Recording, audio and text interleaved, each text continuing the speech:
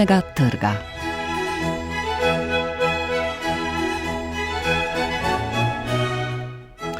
Dober dan. V oddaji iz knjižnega trga nas čakajo pesniška zbirka Tonje Jelen Utiskovanje, kratkoprozna zbirka Nataše Skušek Peti okus in spominska knjiga Dragice Krapeš Diktator z Griča. Recenzije so napisali Marija Švajncer, Miša Gams in Robert Šabec. Tonja Jelen se kot avtorica knjižnih recenzij večkrat pojavi v oddaji iz knjižnega trga, zdaj pa že četrtič tudi kot avtorica pesniške knjige, in sicer zbirko Utiskovanje. Izšla je pri mariborski založbi Litera. Njene pesmi so se dotaknile Marije Švajncer, v njih pa izpostavlja predvsem tri vidike: bivansko stisko, feministične pobude in ustvarjalni postopek. Pesnica in literarna kritičarka Tonja Jelen je že s prvo pesniško zbirko pokazala razvejano in poglobljeno odsevanje individualnega bivanja. V lepo zvenečih verzih je poosebljala naravne pojave in jih povezovala s pojmi. Tako v impresivnih kot refleksivnih pesmih je opesnila osebno zgodbo in v njej nakazala ogroženost. V prizadevanju, da bi ohranjala moč, je bil otrok tisti, s katerim se ji je to posrečilo. Pesnica je intenzivno občutila ostre robove svoje eksistence, vendar ji je pisanje pesmi dajalo smisel in razlog za obstoj. V pesniški zbirki Od točke nič je avtorica razgrnila spopadanje z ovirami, premagovanje zidov in vztrajanje na življenjski poti. Marsikaj se lahko izjelovi, v pesničino občutenje se zarine tudi samota, kljub temu pa je njena pesniška energija tista, ki ji pomaga ohranjati bivanje, in to tudi tedaj, kadar se ji dozdeva, da se je znašla v brezčasju. Mogoče se je vrniti, ostati in še vedno iti naprej. V novi pesniški zbirki Utiskovanje so poudarjeni trije vidiki: eksistencialna stiska, feministične pobude in ustvarjalni postopek. Razraščata se bolečina in trpljenje, tu in tam podani neposredno, še večkrat obvladani, toda dovolj nazorni in estetsko zaokroženi. Pesnica v slikovitem slogu opozarja na nezavidljiv položaj žensk, izvirno, domiselno in inovativno je zlasti njeno pesniško prikazovanje, kako se loteva različnega pisanja, na primer analiz, interpretacij in literarnih ocen. Vse skupaj se začne z vprašanji. Kje je luč, da me umiri? Kje je sonce, da me sprejme? Kje je svetloba, da mi daje upanje? Kje? Odgovori se razrastejo v poetičnih verzih, v katerih so bodisi vsebovani, bodisi izraženi neposredno in v obliki izpovedi. Eksistencialno stisko razkrijejo subtilne metafore. V iskanju izhoda iz težavnega položaja je občutiti strah. Pesnica potuje vase, pomika se po skritih delih svoje notranjosti in, kot pravi, izpiše delce, ki se nabirajo v njej. Govori si, kako bi bilo treba ravnati, v hipu pa se ji zazdi, da bo zadoščala zgolj zaustavitev. V vsem tem vrvenju in negotovosti se namreč želi reševati z mirom in spokojnostjo. Veliko ji je tudi do tega, da bi začutila prostranost ter ločila, redčila in privzdignila tisto, kar iz korenin sije v prostranost. Nekaj me mora potegniti ven, praviš. Zravnati moram sebe, da me spet ne upognejo drugi, da iz neke prozorne beline nekaj začne sijati. Občutja prikliče tudi narava, toda v tem doživljanju je slutiti turobnost, že skoraj izenačeno z zunanjim dogajanjem. Bilke se upognejo, prasketanje potihne, veje zaledenijo, podgane migajo z repki in se režijo, slišati je tudi smeh hijen. Videti je, kot da narava umira in se ohlaja. Ljudje se bodo morali greti z notranjo toploto in pri tem ne bodo odveč pozornost in spretnost v odmikih in koncih ter iskanje ponovnih sklenitev. Večkrat se pojavi simbolika žil, omenjene so tudi rane, telo je razbolelo, toda protagonistka vseeno zmore ohranjati notranjo moč in obvladati takšne in drugačne izzive. Ženske, ki jim je treba dati glas ter opozoriti na njihovo zatiranost in odrinjenost, so upodobljene kot kurentice, vračke, sestre Magdalenke in vile rojenice.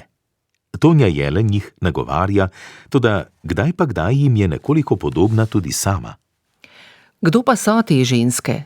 Še iščejo lastno sobo, tonejo, so zaprte znotraj, nekoč. So sploh kaj?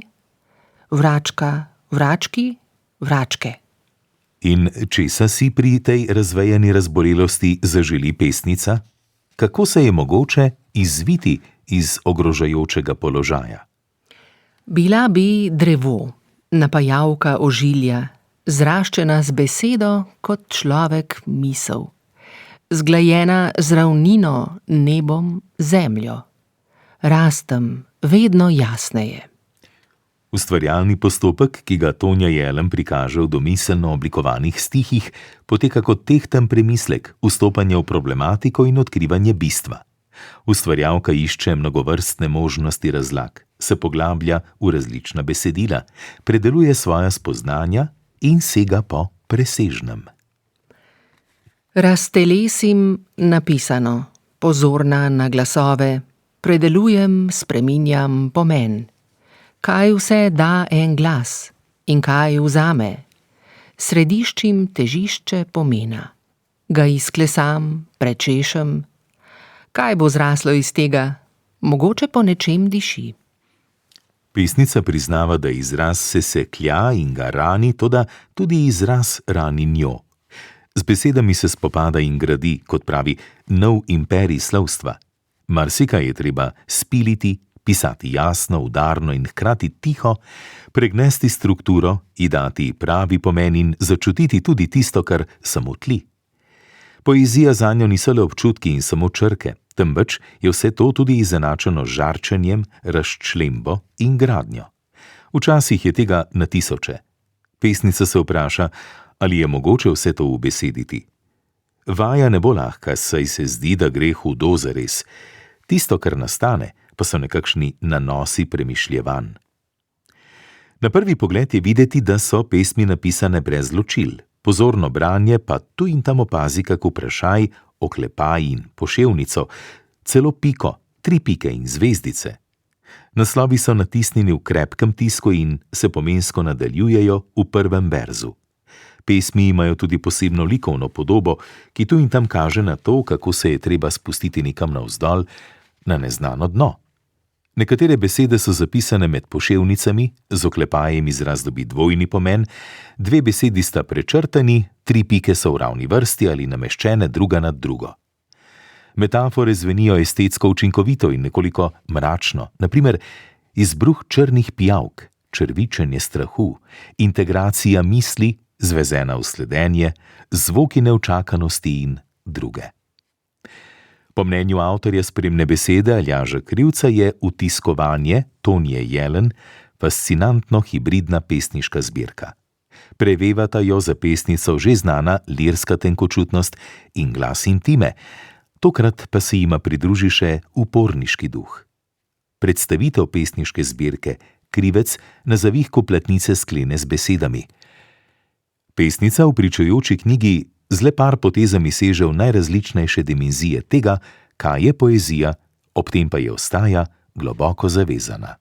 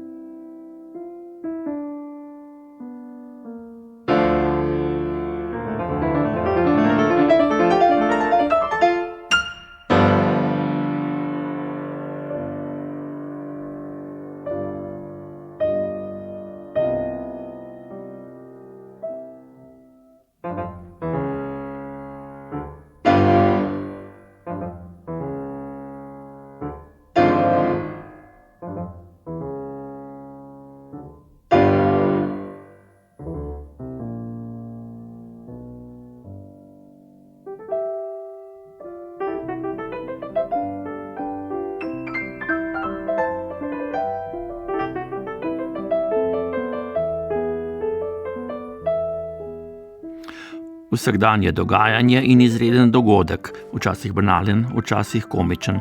To bi bila nekako osnovna shema kratkih zgodb v knjigi Nataše Skušek z naslovom Peti okus. V knjižni zbirki Prišleki jo je izdalo Literarno-umetniško društvo Literatura, ocenjujejo Miša Gams. Po kratkoproznem prvencu Pasja sreča je Peti okus druga zbirka kratkih zgodb Nataše Skušek, vizualne umetnice, kiparke, performerke in pisateljice, ki v svojih zgodbah skicira najrazličnejše vsakdanje situacije in jih začini z veliko mero humorja. Tudi tokrat je pred bralcem 32 zgodb, katerih rdeča nit se razprostira med bizarno kulinariko in fetišizmom sodobne družbe. Kot že v prvencu se avtorica tudi v tej knjigi osredotoča na neimenovanega junaka ali junakinjo, ki se ji med opravljanjem monotonih opravil zgodi neki nenavaden dogodek ali pa dramaturgija vsakdana doživi neobičajen razplet. Zdi se, kot da bi se vrstile barvite urbane vinjete, podkrepljene s krokiji Ljubljančanov, ki si želijo ohraniti svoj ritem in navade, a jih vsakič znova nekaj vrže iz tira. Dogodki, ki se jim zgodijo, so bodisi bizarni in groteskni, bodisi sovpadajo z intuicijo, telepatijo ali sinhroniciteto. Med zgodbe so umeščene še krajše literarne razglednice, poslane iz mest, savn, naravnih in zabaviščnih parkov in še bi lahko naštevali, ki droben dogodek orišejo skozi serijo subjektivnih refleksij in narečnih metafor. Kot bi bili na razstavi in gledali del vizualnega kolaža, ob katerem bi želeli izvedeti več o avtorju in okrožju, iz katerega izhaja.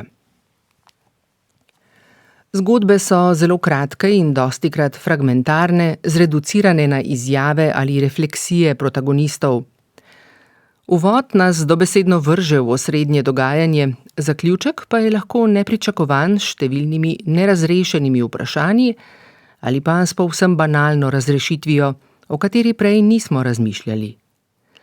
Včasih se v zaključku pravo dogajanje šele začne, kot je to razvidno iz zgodbe Salonarji, v kateri ženska ob vstopu v trgovino s čevlji zasluti, da se ne bo zlahka izmuznila radovednemu prodajalcu, ki jo obletava z neumestnimi pokloni in vulgarnimi opazkami. Čeprav že na začetku jasno pove, da si ne bo vzela časa za preizkušanje čevljev, jo trgovec zelo hitro sezuje, na kar se v zaključku razgrne njegova prava perverzna narava, ki jo zaznamuje obsedenost s stopali in nožnimi prsti. Lahko vam jih zmasiram, pocuzam prstke, pogrickam nohtke, od palca do mezinca in nazaj. Mljask, mljask. Pa kaj me zdaj suvate? Halo, ne bodite nasilni, no. Počakajte, vzemite to svojo supergo. Kaj ne počnem z enim salonarjem? Vrnite mi.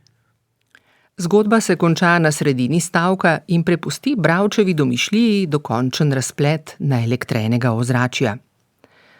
Posebnost kratkega literarnega formata na eni, dveh ali treh straneh je tudi v tem, da se avtorica pozabava s fokusiranjem bralčeve pozornosti ali z njegovimi asociacijami, ki neredko zaidejo na področje seksualnih konotacij in povezanosti oralne fiksacije z nezavednim odnosom do hrane.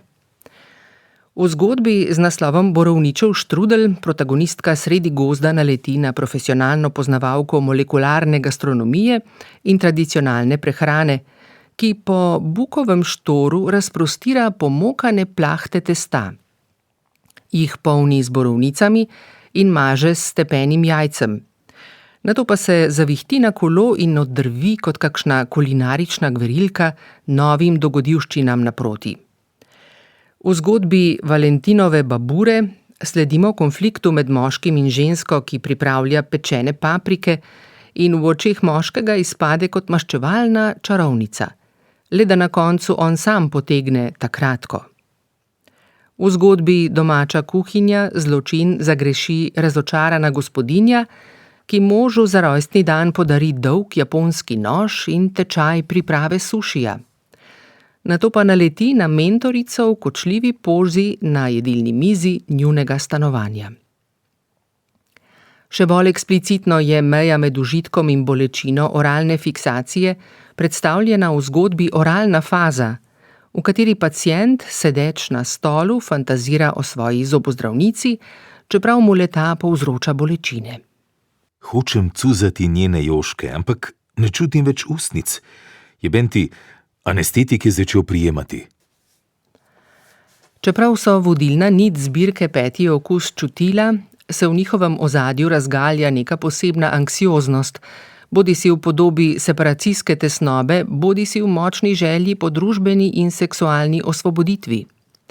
Protagonistkam se tako sredi utesnjujoče banke kar sami od sebe odpirajo modrčki, njihove fantazije privabljajo neznance na ulici in situacije, ki jih ne morejo več nadzorovati. Nataša Skušek za vsako zgodbo ustvari posebno formo, saj vsaka izmed njenih junakinj na drugačen način zaznava čas in prostor. V zgodbi Binkošti se odloči za tedenski opis dogodkov po posameznih dnevih. V zgodbi Odmerki prikaže bolezensko stanje junakinje skozi celoto dneva. Neodzivnost zdravnikov pa se razgrne v rubrikah, ki nosijo naslove do konca tedna, kasneje, naslednje dni in prepozno. V zgodbi z naslovom Sestanek prikaže različne poglede na blokovsko tematiko z vidika družinskih članov, poštarja in zapisnikarja. Zanimive so tudi prigode, ki odslikavajo razmišljanje najstnice, kot sta zgodbi Party Animal in Chill Out, kjer nam besede v oklepajih sporočajo, kaj v resnici najstnice čutijo in kako je lahko to v diametralnem nasprotju z njihovim obnašanjem. Naj omenim še sličice, ki v enostavčnih povedih skicirajo meščane v trgovini, mesnici, na ulicah in v parku, ki jih povezujejo nevidne vezi in neizrečeni komentarji.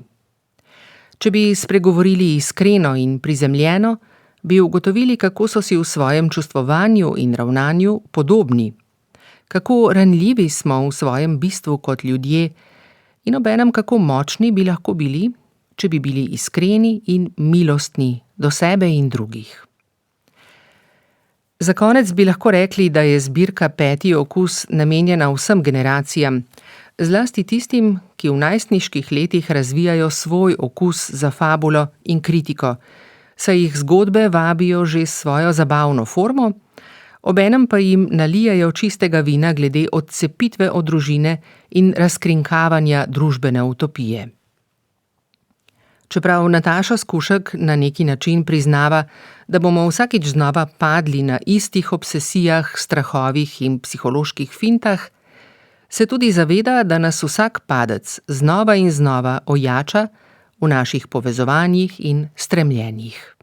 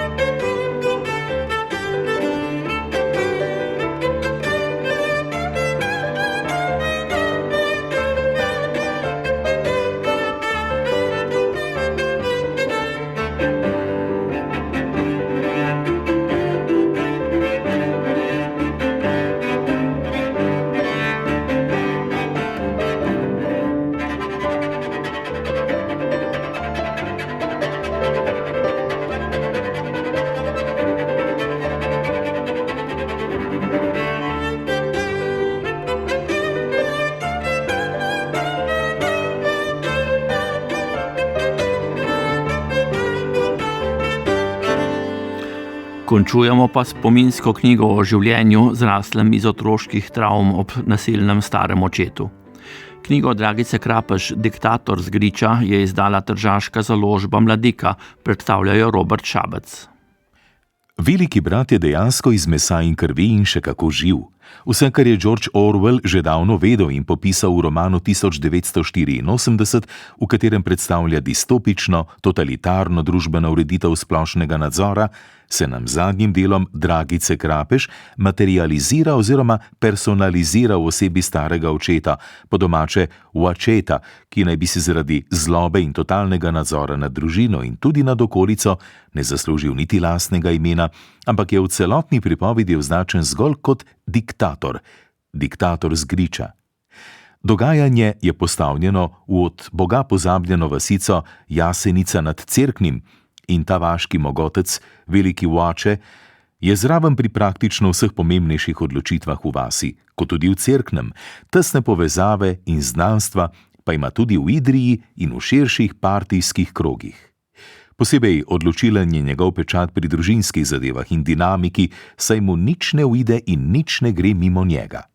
Vse prisoten je, kot so vse navzoči teleekrani v znamenitem delu 1984, za red in vse ostalo na vasi pa dodatno poskrbi še miselna policija, v podobi vaških čenč, ki velikemu detku nosijo pod nos vse pomembne in manj pomembne še sveže informacije. Beležiti je seveda treba vse in še več. Če pogledamo njegova zgodnja leta, naj bi bil oče vse do druge svetovne vojne vsaj na videz povsem normalen človek, po poklicu krojač, ki je poročil starejšo kmetico z nezakonskim sinom. Odraščal naj bi v verni družini. Poleg pastorka, ki je kasneje med drugo svetovno vojno padel kot odlikovan partizan, je imel še sina, avtoričinega očeta, ki so ga nacisti internirali v delovno taborišče. Sprememba detkovega svetovnega nazora se je zgodila prav med drugo svetovno vojno, ko naj bi postal goreč zagovornik komunizma, leninizma, Stalina in Rusije kot izpolnitve onostranskega raja v to stranstvu. In krojač je naposled, sicer bolj ali manj nepojasnjeno, postal fanatičen diktator, ki naj bi iz hiše zmetal vse, kar je dišalo po starih časih in takratnih malikih. Na smetišče zgodovine je frčal Bogkov kot, prepovedal je molitev doma in še več, zakrivil naj bi ločitev svojega že odraslega sina. Poskrbel naj bi, da so Dragico še kot dojenčka vzeli mami in jo pripisali očetu oziroma posredno sebi.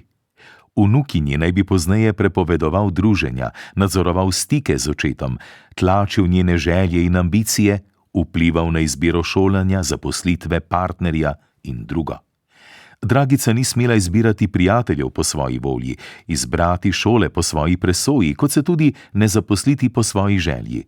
Diktator naj bi vse skozi držal vse niti igre trdno v svojih rokah, zmanipuliral naj bi vse in vsakogar v svoji bližini, in to na način, da so celo njegovi bližnji postali zgolj neme sence, brezvoljne kreature, sužnji brez volje in moči. Namesto Dragice in njenih je seveda odločal edini in vsemogoči oče. Ta nekdanji krojač, rusofil, brez primere, je bil tako vsemogoč, da je prilisičil celo zagamano informbirojevsko leto 1948 in potencialno bivakiranje na Golem otoku, ki bi ga pravzaprav moralo čakati, vendar avtorica temu diktatorjevemu podvigu ne nameni nobene pozornosti.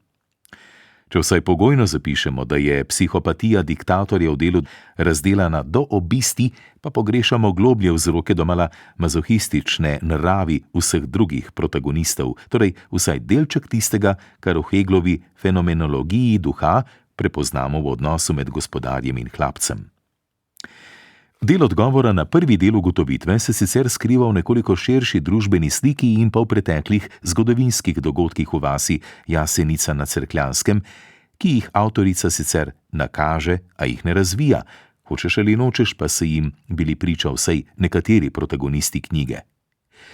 Je bil brutalni in skrivnostni oče morda tako ali drugače soočen z zloglasnim zločinom, ko so SS-ovci s Koroške in v sodelovanju s kolaboranti po bitki na Poreznu 24. marca 1945 v to odročno vasico pripeljali 147 ujetih borcev NOV in jih zaprli v prazen Sovrčenov hlev. In naslednji dan, na cvetno nedeljo, v 2 urah, postrelili 106 mladih fantov in mož. O tem zgodovinskem dejstvu v delu Dragice Krapež žal ne izvemo ničesar. Po drugi strani pa je treba priznati, da je bralec večkrat soočen z družinsko sago, ki se po vsej sili skuša konfrontirati širšim družbeno-političnim ideološkim okvirjem. Kakorkoli, pisanje Dragice Krapež razpira brezno potlačene izjemno močne travme. Diktator z Griča je izrazito subjektivno obarvano biografsko in osebno pričevansko čtivo, povsem primerno za ljubitelje tovrstne žanrske literature. Knjigo dopolnjuje fotografsko in dokumentarno gradivo.